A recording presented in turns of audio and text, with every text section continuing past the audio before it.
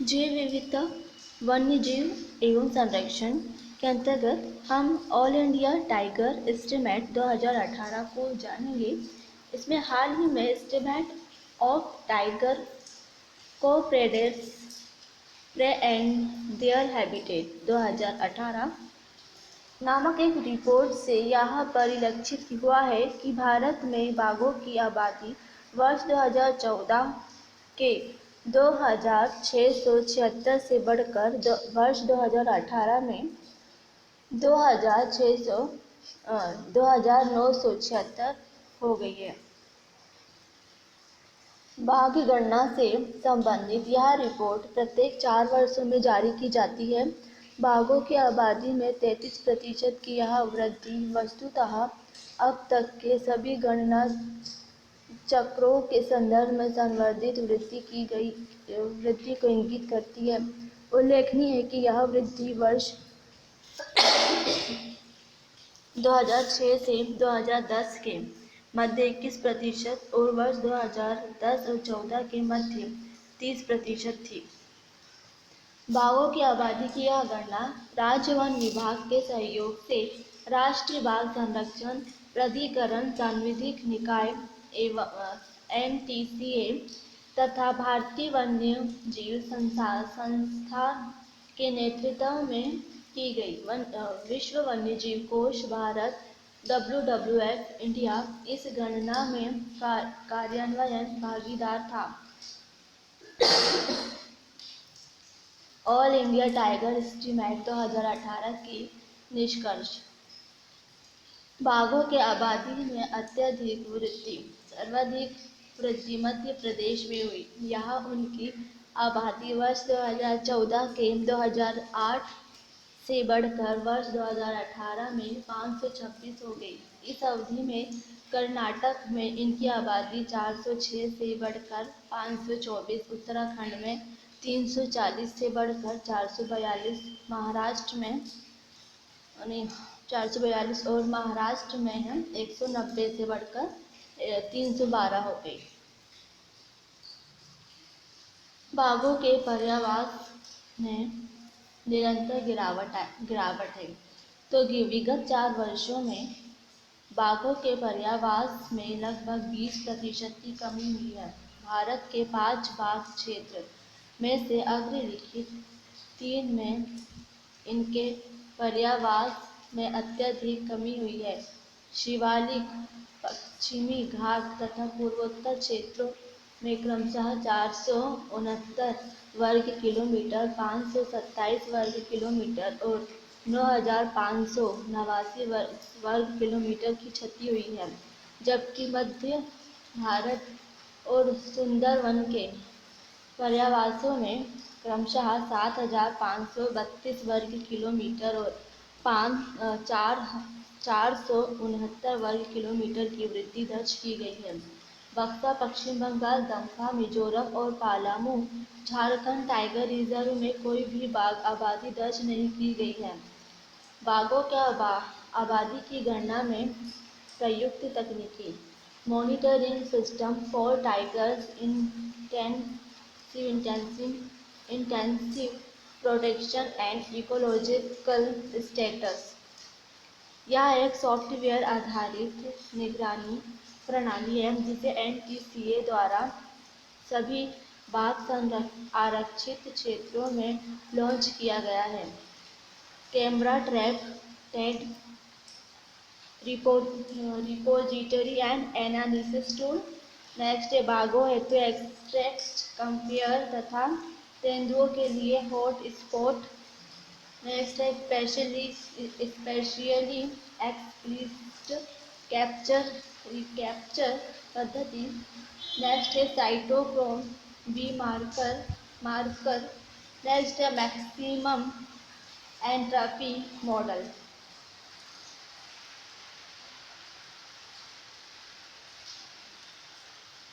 तो हम इसको अब डिटेल में जान लेते हैं। पहला था मॉनिटरिंग सिस्टम। ये सारी क्या है, ये सब टाइगर की जो गणना होती है इसकी प्रयुक्त गणना में प्रयुक्त तकनीकियाँ हैं। तो पहली तकनीकी देख लेते हैं, monitoring system tigers intensive protection and ecologist status. तो यह एक सॉफ्टवेयर आधारित निगरानी प्रणाली है जिसमें एनटीसीए द्वारा सभी बाघ आरक्षित क्षेत्रों में लॉन्च किया गया है। कैमरा नेक्स्ट है camera trap data repository and analysis tool. तो यह छवि इमेज संसाधित करने वाला एक सॉफ्टवेयर है जो प्राप्त की गई फोटो को संयोजित करने तथा उनकी जियो टैगिंग में प्रयुक्त होता है। नेक्स्ट है बाघों हेतु एक्सट्रैक्ट कंपेयर तथा तेंदुओं के लिए हॉट स्पॉटर इन पेपर्स रिकग्निशन प्रोग्राम का प्रयोग करके बाघों व तेंदुओं की व्यक्तिगत पहचान की गई थी। स्पेशली एक्सप्लिसिट कैप्चर रिकैप्चर पद्धति। इसका उपयोग कैमरा ट्रैप डेटा से आबादी घनत्व के आकलन हेतु किया जाता है। नेक्स्ट है साइटोक्रोम बीमार। यह बाघों की अल्प संख्या के कारण कैमरा ट्रैपिंग संभव नहीं थी। वह वंशानुगत विश्लेषण के माध्यम से बाघों की न्यूनतम संख्या के आकलन हेतु मल के नमूनों को एकत्रित किया गया था।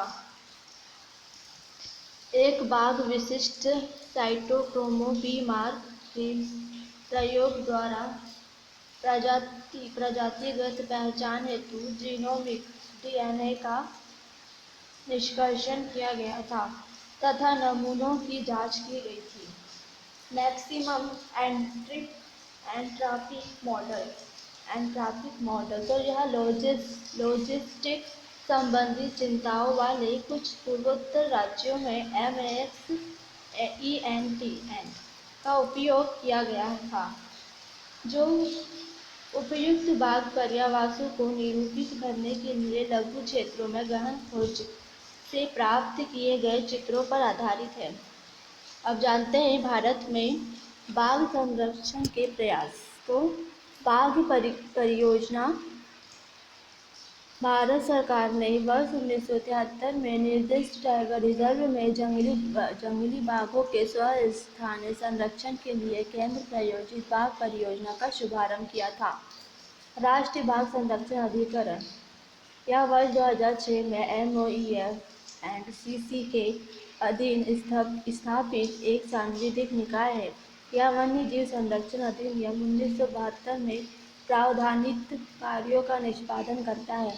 वर्तमान में यह बाघ परियोजना, बाघ संरक्षण योजना आदि जैसे प्रमुख बाघ संरक्षण पहलों का कार्यान्वयन करता है।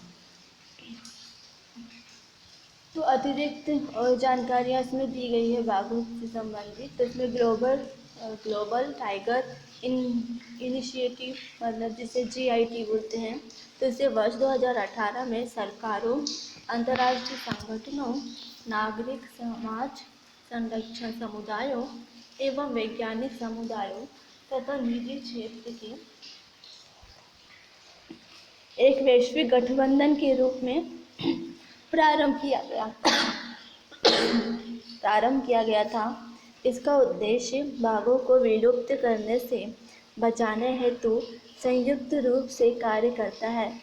वर्ष 2013 में स्नो लेपर्ड हिम तेंदुआ को शामिल करने हेतु इसके कार्य क्षेत्र में वृद्धि की गई थी। रूस में सेंट पीटर्सबर्ग टाइगर शिखर सम्मेलन 2010। इस शिखर सम्मेलन के दौरान सभी 13 टाइगर रेंज वाले देश पहली बार वर्ष 2022 तक जंगली बाघों की संख्या को दोगुना करने की प्रतिबद्धता के साथ एक मंच पर उपस्थित हुए थे। और नेक्स्ट है वैश्विक बाघ पुनः प्राप्ति कार्यक्रम GTRP global tiger recovery programme. तो इसका उद्देश्य टाइगर रेंज देशों को घरेलू एवं सीमा पारी प्राकृतिक वाले खतरों से निपटने हेतु सशक्त बनाना है। साथ ही विकास गतिविधियों में संरक्षण उद्देश्य को एकीकृत करते हुए वर्धित वित्तीय स्थिरता की दिशा में कार्य करना है। ग्लोबल टाइगर फोरम (GTF) यह बाघों की आबादी वाले देशों का एक अंतर्राष्ट्रीय सहयोग है। इसके द्वारा वर्ष 2022 तक जंगली बाघों की संख्या में दोगुनी करने का लक्ष्य रखा गया है। TX2 इसका लक्ष्य जंगली बाघों की संख्या को उनके भौगोलिक क्षेत्रों में 2 गुना करना है। यह कार्यक्रम WWF द्वारा 13 टाइगर रेंज कंट्रीज में कार्यान्वित किया जा रहा है। अब संरक्षण आश्वस्त बाघ मानक CATS यह मानकों का वह समुच्चय है जो बाघ स्थलों की यह जांच करने की अनुमति प्रदान करता है कि क्या इन स्थलों का सफल प्रबंधन बाघ संरक्षण को बढ़ावा देगा। यह TX2 कार्यक्रम का एक महत्वपूर्ण भाग है। अन्य संबंधित तथ्य जानते हैं। भारतीय बाघ या रॉयल बंगाल टाइगर यह भारत में पाई जाने वाली बाघ की एक प्रजाति है। बंगाल टाइगर की सर्वाधिक आबादी भारत में पाई जाती है। हालांकि बांग्लादेश, नेपाल और भूटान में भी ये कुछ छोटे समूह में पाए जाते हैं। ये चीन और बर्मा के क्षेत्र में भी पाए जा सकते हैं। विश्व की कुल बाघ आबादी का 80% भारत में पाया जाता है। सामान्यतः बाघ टाइगर उष्णकटिबंधीय वर्षा वनों, दलदली भूमि और टाइगर बाघ वाले क्षेत्रों में पाए जाते हैं।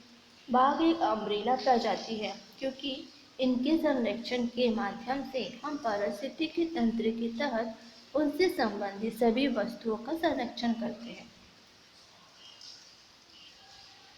बाघ संरक्षण की स्थिति तो IUCN रेड लिस्ट इंडेंजर्ड है। यह रेड लिस्ट में ये इंडेंजर्ड है। वन्यजीव संरक्षण अधिनियम अनुसूची 1 के तहत यह है और convention on international trade in endangered species परिशिष्ट 1 मतलब परिशिष्ट 1 में यहाँ शामिल किए गए हैं।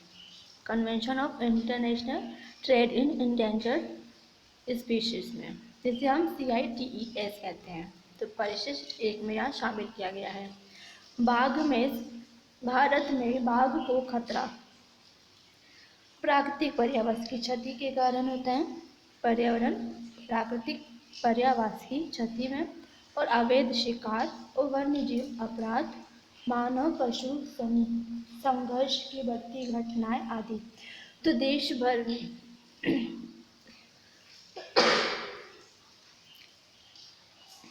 देश में बाघ गलियारे राष्ट्रीय बाघ संरक्षण प्राधिकरण द्वारा भारतीय जीव संस्थान के सहयोग से converting tiger population of for long term conservation नामक शीर्ष से एक दस्तावेज जारी किया गया है। इसके अंतर्गत संपूर्ण देश में 32 प्रमुख गलियारों का मानचित्र किया गया है।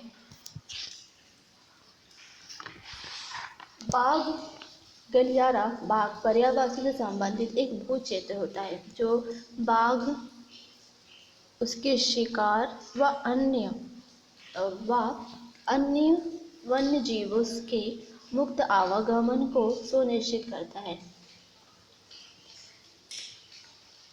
इस गलियारे के प्रबंधन संबंधित हस्तक्षेपों को वन्य जीव अधिनियम 1972 की धारा 38B के तहत अधिदेशित एक बाघ संरक्षण योजना के माध्यम से संचालित किया जाता है।